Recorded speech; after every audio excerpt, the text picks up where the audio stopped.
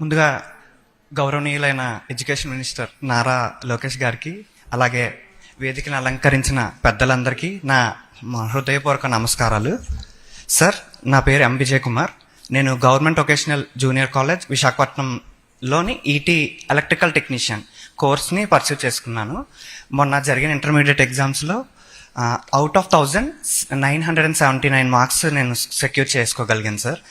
ఈరోజు అసలు నాకు నమ్మాలా ఇప్పటికీ వద్దా అన్న దాంట్లో ఉన్న డ్రీమ్ అలా అత్తే ఏంటని చాలా హ్యాపీగా ఉన్నాం అందరూ. నేనే కాదు, నా పేరెంట్స్ కానీ, కాలేజ్ నుంచి లెక్చరర్స్ కానీ అందరూ చాలా హ్యాపీగా ఉన్నాం సార్. ఇంకోటి ఏంటంటే నాకు ఈరోజు గవర్నమెంట్కి నాకు ఉన్న ఒక అనుబంధం ఉంది, మిగతా వాళ్ళకేమో కానీ దాన్ని షేర్ చేసుకోవాలనుకుంటున్నాను సార్. నేను 5th వరకు ప్రైవేట్ స్కూల్లో చదివాను సార్. సో నాకు ఫాదర్ లేరు, మదరు అమ్మమ్మ వాళ్ళ దగ్గర, పెద్దమ్మ వాళ్ళు ఫైనాన్షియల్గా సపోర్ట్ చేస్తూ అప్పటి వరకు చదువుకోగలిగాను. అంటే ఫీజు కట్టుకోవడానికి అవ్వలేదు 5th వరకు తర్వాత. సో కట్టడానికి వీలు లేనప్పుడు ఎందుకమ్మా వస్తారు ప్రైవేట్ కాలేజ్కి అని కొంచెం లేట్ అవ్వడం వల్ల నాకు అన్నారు. ఆ రోజు నాకు అది మైండ్లో ఉంది సార్. అప్పటి నుంచి నేను డిసైడ్ చేసుకున్నాను సార్. 6th నుంచి గవర్నమెంట్ స్కూల్కి వెళ్ళిపోయాను. మా మదర్ వాళ్ళతో మాట్లాడి, పెద్దమ్మ ఫైనాన్షియల్గా బాగా సపోర్ట్ చేసేవారు, అమ్మమ్మ వాళ్ళే పెంచారు. 6th నుంచి గవర్నమెంట్ స్కూల్కి వెళ్ళిపోయాను సార్. అప్పటి నుంచి నేను ఆ రోజు డిసైడ్ అయ్యాను, చదివితే గవర్నమెంట్ స్కూల్ చేస్తే గవర్నమెంట్ జాబ్, లేకపోతే మాత్రం ఇంకా నేను అసలు ప్రైవేట్ దానికి వెళ్ళలేదు. 6th నుంచి గవర్నమెంట్ స్కూల్లో సెకండ్ వచ్చింది సార్ స్కూల్కి. వాళ్ళు చదివిస్తానన్నారు. కాకపోతే నేను ఏంటంటే టెక్నికల్ సైడ్ వెళ్తే ఫైనాన్షియల్ సపోర్ట్ చాలా ఉంటుందని అన్నీ ఆలోచించాను. డిప్లొమా చేద్దాం అనుకున్నాను, కానీ మ్యాథ్స్ కూడా కొంచెం డల్, అంటే మనకున్న రిసోర్సెస్ వల్ల అప్పుడు చేయడం పోవడం వల్ల టెక్నికల్గా బాగుంటుందని ఐటీఐకి వెళ్ళాను సార్. అది government old ITI Visakhapatnam sir. అది అయిపోయిన తర్వాత రైల్వే అప్రెంటిస్ చేశాను సార్. సీట్ వచ్చింది మెరిట్ ద్వారా. నెక్స్ట్ సింగిల్ పేరెంట్కి, అంటే ఎకనామికల్గా వీకర్ సెక్షన్కే కాకుండా ఒక ఫీమేల్ లీడ్ చేస్తున్న ఫ్యామిలీలో ఎలాగా హెల్ప్ అవుతుంది, ఎంత హెల్ప్ అవుతుంది, ఎకనామికల్ వీకర్ సెక్షనే కాకుండా సింగిల్ పేరెంట్స్ కూడా నాలాంటి వాళ్ళు చాలామంది ఉన్నారు సార్. అది మెయిన్ పాయింట్. సో గవర్నమెంట్కి నేను రుణపడి ఉంటాను. ఆ మాట అన్నారు అంటే నాకు ఇప్పుడు డ్రీమ్ ఏంటంటే గవర్నమెంట్ జాబ్ వల్ల పబ్లిక్ సర్వీస్, ప్రైవేట్లో మనకు అది రాదు, రిటైర్ సర్వీస్ ఎన్రోల్ చేశారంటారు. అది చేస్తూ మా ఫ్యామిలీకి ఫైనాన్షియల్ సపోర్ట్గా ఆ ఏజ్ వచ్చేటప్పటికి ఒక 50-60 ఉన్నప్పటికి వాళ్ళకి రాదు. ఎందుకంటే ఇప్పుడు నేను జాబ్ చేసుకోవచ్చు, కానీ వాళ్ళు నువ్వు చదువుకో బాగా, మేము ఏదో ఒకటి చేస్తాం, నువ్వు జాబ్ చేసి ఇచ్చేస్తూ అప్పుడు ఇచ్చేస్తూ మాకందరికీ చూసుకుందు కానీ అని చెప్పి ఎంకరేజ్ చేశారు సార్.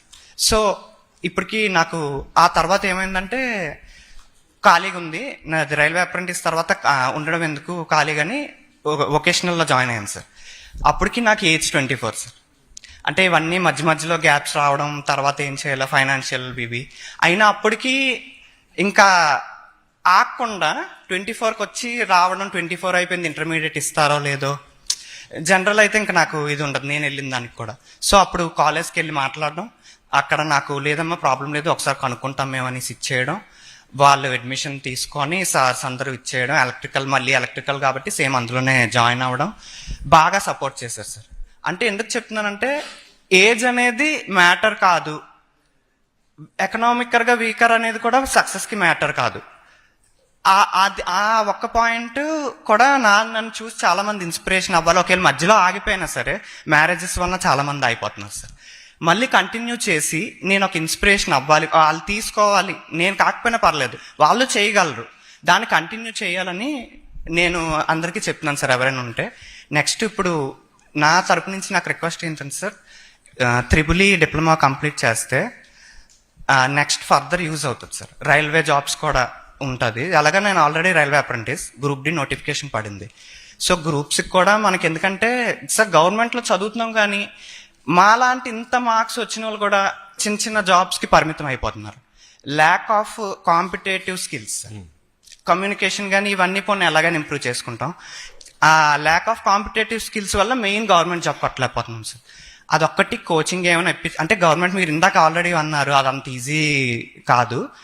సో స్కూల్ నుంచి కాకపోయినా మనకి ఇలాగ వచ్చిన వాళ్ళకి తీసుకొని మాకు కొంచెం కోచింగ్ పరంగా ఏమైనా హెల్ప్ చేయడం, లేదంటే గవర్నమెంట్లో ఎవరైతే ఫస్ట్ నుంచి చదువుతున్నారో ఇప్పుడు కోటా ఇస్తున్నారు కదా, అంటే నేను కరెక్ట్గా మాట్లాడుతున్నాను లేదో నాకు తెలియదు, నా సజెషన్ సార్, వాళ్ళని తీసుకొని కొంచెం ఏదైనా ఇంకొక 10% ఏదైనా కోటా, రైల్వేలో కోటా ఉంది అప్రెంటిస్ చేసిన వాళ్ళు, అలాగా చూస్తూ ఇచ్చేస్తూ అదొక సజెషన్, హెల్ప్ రిక్వెస్ట్ సార్. ఇంకొకటి ఏంటంటే నాకు సీట్ ఏమైనా డిప్లొమాలో ఒకవేళ ఇప్పించగలిగితే గవర్నమెంట్ కాలేజ్లో, అదొకటి రిక్వెస్ట్ సార్.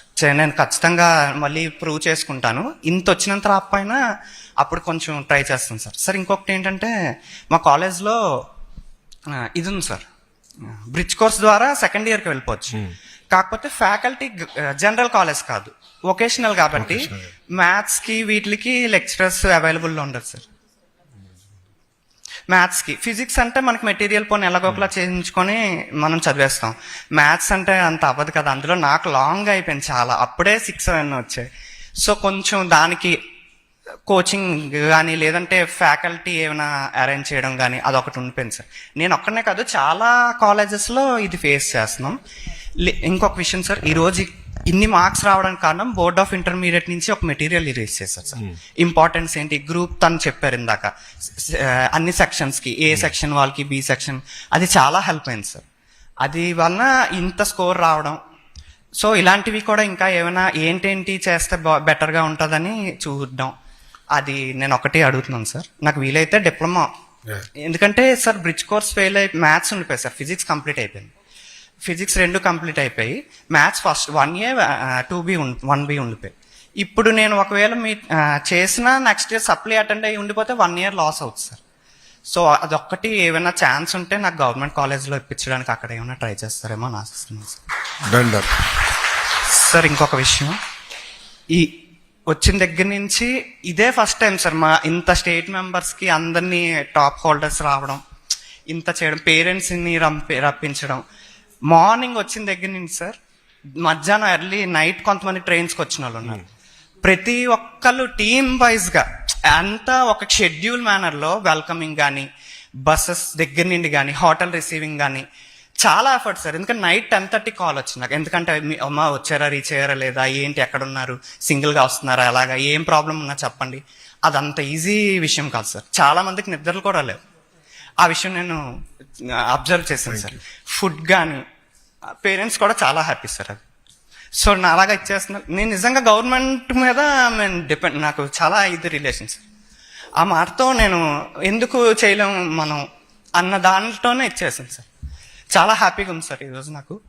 నా గురువులందరికీ ఇప్పటి వరకు చదువుకున్న కాలేజెస్లో, లెక్చరర్స్లో, నెక్స్ట్ నా పేరెంట్స్కి, గవర్నమెంట్ ముఖ్యంగా శ్రీ నారా చంద్రబాబు నాయుడు గారికి, మీకు, డిప్యూటీ సీఎం పవన్ కళ్యాణ్ గారికి, అందరికీ హృదయపూర్వక ధన్యవాదాలు తెలియజేసుకుంటున్నాను సార్.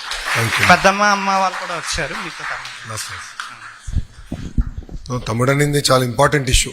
అనేక కారణాల వల్ల ఒక సందర్భాల్లో మనం కొంచెం ఇబ్బంది పడతాము. 1 సంవత్సరం 2 సంవత్సరాలు మిస్ అయినా చదువు పూర్తి చేయాలన్న తపన మనలో ఉండాల్సిన అవసరం చాలా చాలా ఉంది. అది మీరు నిరూపించారు. వాస్తవంగా నేను పెద్దలందరితో చర్చించి అనేక మంది పారిశ్రామికవేత్తలతో కూడా మాట్లాడినప్పుడు వాళ్ళందరూ నన్ను కోరింది కూడా వొకేషనల్ని మీరు బాగా పుష్ చేయండి. ఇప్పుడు Germany model in vocational education చాలా బాగుందనే చెప్తాం జరిగింది. అది నేను మేడం గారితో కూడా అనేక సందర్భాల్లో డిస్కస్ చేశాను. కరికులం బలోపేతం చేయాలి, ప్రైవేట్ సెక్టర్తో లింకప్ కరెక్ట్గా ఉంటే ఎవరైతే హైయర్ ఎడ్యుకేషన్స్కి మాకు టైం సరిపోదు, మేము లాటరల్ ఎంట్రీ అవ్వాలనుకుంటున్నామో వాళ్ళకి అవకాశం కల్పించాలనేదే ప్రభుత్వం ఒక లక్ష్యంగా పెట్టుకుని మేము చేస్తున్నాం. అది ఇంకా మేము బలోపేతం చేసే బాధ్యత తీసుకుంటాం. మీరు మీ డిగ్రీ గురించి చెప్పారమ్మా, ఒకసారి I come back, diploma, let me come back. అది కొంచెం నేను టోటల్గా అండర్స్టాండ్ చేసుకుని I come back to madam గారితో I discuss and I come back to. మీతో పాటు ఈరోజు ఒకరు రాశారు, ఒక చెల్లి రాసింది, చిన్న వయసులో పెళ్ళయింది, చదువు మానేశాను. ఎవరిది? మీరమ్మా? High school plus. చెప్తారా మీ గురించి? పర్లేదా? చెప్తావా? Very good. చిల్లి ఒకసారి మైకేమో మళ్ళీ మీకు ఇస్తారు, ఎందుకంటే తమ్ముడు చెప్పిందా నేను చదివినట్టు గుర్తు, అందుకే.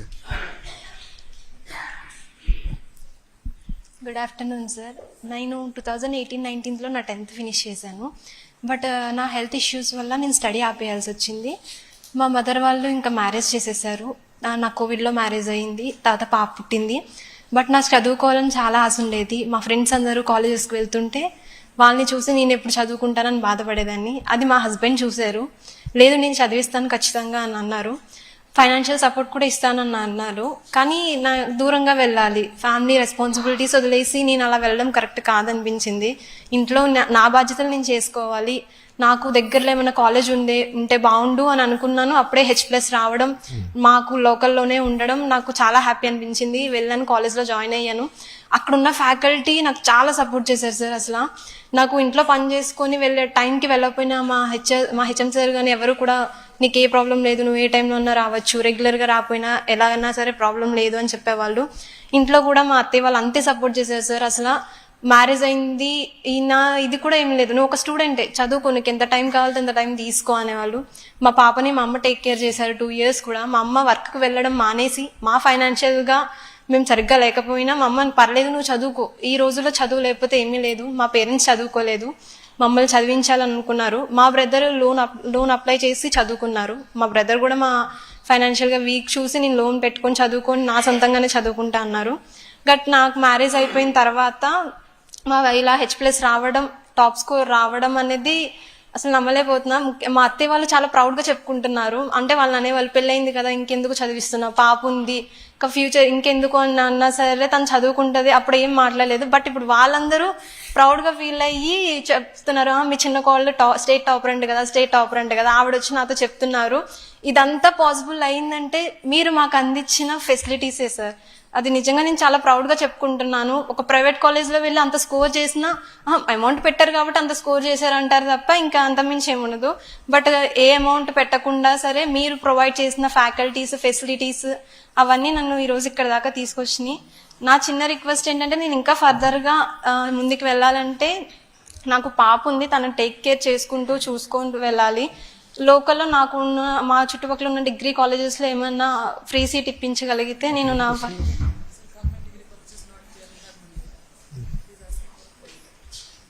మండలంలోనే చదవాలన్నా నియోజకవర్గంలో చదవాలన్నా? ఏ నియోజకవర్గం అమ్మా? Anaparthi sir. Anaparthi. Free seat ఏమైనా ఇప్పించగలిగితే నేను ఫర్దర్గా మీరు నాకు చాలా హెల్ప్ చేసిన వాళ్ళు అవుతారు. వీళ్ళు అమ్మా బాగా చదవాలి కానీ. సార్ భర్త వచ్చారా? అడగండి సార్. చాలా సపోర్ట్ చేస్తారు సార్. అసలు నాకు ఇంట్లో కానీ వర్క్స్ విషయంలో కానీ అసలు మా నాన్నగారు కూడా వచ్చారు. యాక్చువల్గా మా మదర్ కూడా రావాలి, పాపని టేక్ కేర్ చేస్తున్నారు బయట, నా కోసం మళ్ళీ తను ఇక్కడికి రాలేదు అని చెప్పి. Thank you for the support. చాలా చాలా ఇంపార్టెంట్. చాలా థ్యాంక్స్ సార్, మాకు ఇంత ఆపర్చునిటీస్ ఇస్తున్నందుకు, ఇంత ప్రొవైడ్ చేస్తున్నందుకు. మాకంటే ప్రైవేట్ స్కూల్స్ మాలాగే వచ్చినాయి, బట్ వాళ్ళకి ఈ ఆపర్చునిటీ రాలేదు. వాళ్ళందరూ తెలుసుకోవాలి, మనం గవర్నమెంట్లో చదవడం ఎంత ముఖ్యం అనేది తెలుసుకోవాలి. గవర్నమెంట్ కాలేజ్ అంటే చిన్న చూపు చూడడము, తక్కువగా ఈవెన్ నేను 10th వరకు ప్రైవేట్ స్కూల్లో చదివాను సార్. 10th వరకు ప్రైవేట్ స్కూల్ సార్ నేను చదివింది. ప్రైవేట్ స్కూల్లో చదివి అప్పుడు నేను ఇప్పుడు ఫీల్ అవుతాను సార్, నేను ఎందుకు 10th గవర్నమెంట్ స్కూల్లో చేయలేదు అంటే నా ఎజంప్షన్స్ కూడా రాంగే ఇప్పుడు అని చెప్పేసి నేను అది ప్రూవ్ చేయాలనుకున్నాను. అందరూ ఆ ఎజంప్షన్ అనేది తీసేసి గవర్నమెంట్ కాలేజ్ కూడా ఒక కాలేజే, అక్కడ కూడా ఫ్యాకల్టీ చాలా బాగా చెప్తున్నారు, అందరూ కూడా అందులో జాయిన్ అయ్యి మంచి స్కోర్ చేసుకుంటే మనకి ఆపర్చునిటీస్ వస్తాయి అని తెలుసుకోవాలనుకుంటున్నాను sir. Thank you. What is your advice అమ్మా హై స్కూల్ ప్లస్ ని? ఇప్పుడు జనరల్గా ఏంటంటే ప్రభుత్వాలు మారినప్పుడు గత ప్రభుత్వాలు తీసుకున్న నిర్ణయాలు సింపుల్గా తీసేస్తారు. గత ప్రభుత్వంలో చూసాం. కానీ బాబు గారు మాకేం చెప్పారంటే గత ప్రభుత్వాలు తీసుకున్న నిర్ణయాలు మీరు సమీక్షించి సరైన నిర్ణయాలు అయితే కొనసాగించండి అనేది మాకు చాలా డైరెక్షన్ ఇచ్చారు. ఎందుకంటే ప్రభుత్వాలు మనం కొన్ని నిర్ణయాలు తీసుకుంటే కొన్ని తప్పుడు నిర్ణయాలు ఉండొచ్చు, కొన్ని పర్ఫెక్ట్ నిర్ణయాలు కూడా ఉండొచ్చు. దాంట్లోది ఒకటి హై స్కూల్ ప్లస్. ఈసారి చూస్తే అదే డేటా నేను చదువుతున్నాను, హై స్కూల్ ప్లస్కి వచ్చేగల ఆల్మోస్ట్ పాస్ పర్సెంటేజ్ డబుల్ అయింది, 34 to 60 ఆల్మోస్ట్ డబుల్ అయింది. సో క్లియర్లీ మ్యాజిక్ జరిగింది. అంటే చాలా అద్భుతంగా ఉపాధ్యాయులు కూడా చాలా కమిటెడ్ గా చదువు చెప్పారు. మెటీరియల్ కూడా పనికొచ్చిందని నేను అనుకుంటున్నాను. సో సబ్స్టాన్షియల్ ఇంప్రూవ్మెంట్ వచ్చింది. కానీ మీ అభిప్రాయం ఏంటి, హై స్కూల్ ప్లస్ ని ఏ డైరెక్షన్ లోకి తీసుకెళ్తే బాగుంటుంది? సార్ హై స్కూల్ ప్లస్ లో అంటే మా కాలేజ్ లో ఓన్లీ 2 గ్రూప్స్ ఉన్నాయి సార్. అవును. గర్ల్స్ కి చాలా మంది చదువుకోవాలన్నా అక్కడ ఆ గ్రూప్ లేకపోవడం వల్ల మళ్ళీ ప్రైవేట్ లో జాయిన్ అవ్వాల్సి వస్తుంది వాళ్ళు తప్పక, లేకపోతే స్టడీ మీరు ఏ గ్రూప్ చదవరమ్మా? నేను సిఈసి సార్. CEC. మాకు ఎంపీసీ సిఈసి ఉంది, బైపీసీ హెచ్ఈసి సిఈసి లో ఎంత మంది ఉన్నారు మీరు స్టూడెంట్స్ అప్పుడు? స్టూడెంట్స్ 8 మెంబర్స్ ఉన్నాం సార్. 8 మంది ఉన్నారు. ప్రెసెంట్ 8 మెంబర్స్ ఉన్నాం సార్. మిగతా గ్రూప్స్ లేక వాళ్ళు వెనక్కి అండ్ ఎంపీసీలు ఎంత మంది ఉన్నారమ్మా? ఐడియా? ఎంపీసీ కూడా 8 సార్. 8. వాళ్ళు వెనక్కి వెళ్ళిపోతున్నారు. అలాగే ఎంపీసీ స్టూడెంట్స్ వాళ్ళకి ప్రాక్టికల్స్ కి వేరే ఊరు వెళ్ళేవాళ్ళు సార్ వాళ్ళు. అది మాత్రం చాలా ల్యాబ్స్ లేక చాలా ల్యాబ్స్ లేదు, ఇబ్బంది. సబ్జెక్ట్ టీచర్స్ కూడా లేరు కదా. సబ్జెక్ట్ టీచర్స్ కూడా ఫిజిక్స్ సరే ఫిజిక్స్ కెమిస్ట్రీ చెప్పడం, మ్యాథ్స్ సరే 1A అలా చెప్పడం జరుగుతుంది. మాకేమో సివిక్స్ కి లేరు సార్. మాకు కామర్స్ సరే చెప్పేవాళ్ళు, లేకపోతే ఎకనామిక్స్ మ్యామ్ చెప్పేవాళ్ళు. ఫస్ట్ ఇయర్ ఒకరు, సెకండ్ ఇయర్ ఒకరు అలా మేనేజ్ చేస్తున్నారు సార్. ముందర నేను వాళ్ళకి సన్మానం చేయాలి, నిజంగా సార్. ఎందుకంటే చేయాలి. It's impressive what they done. మేము గవర్నమెంట్ టీచర్స్ అన్న ప్రౌడ్ అలాగేమీ లేకుండా సండేస్ క్లాసెస్ పెట్టేవాళ్ళు, మార్నింగ్ క్లాసెస్ పెట్టేవాళ్ళు, ఈవినింగ్ 5:30-6 వరకు. మేము ఏ టైంలో కాల్ చేసినా మా డౌట్స్ క్లియర్ చేసేవాళ్ళు. అసలు చాలా సపోర్ట్ చేశారు సార్ వాళ్ళు. మేము అవర్స్ ఎక్స్టెండ్ చేసాం, మీరు గమనించారు లేరు, 9 to 5 చేసాం. దానివల్ల మీకు ఏమైనా ఉపయోగపడిందా? 9 to 5 ఇట్ వర్క్. మాకు 8 కి స్టార్ట్ ఒక అవర్స్ పెట్టేవారు సార్, స్టడీ అవర్స్ పెట్టేవాళ్ళు. 8:30కే వచ్చేసేవాళ్ళు. మీరు ఆ సార్ కింద ఉన్నారు కనుక కొంచెం స్ట్రిక్ట్ మాస్టర్. సో మరి 8 కి స్టార్ట్ చేయించాడు. గుడ్. చాలా thanks sir. Congratulations, we will support you, no second thought. Thank you.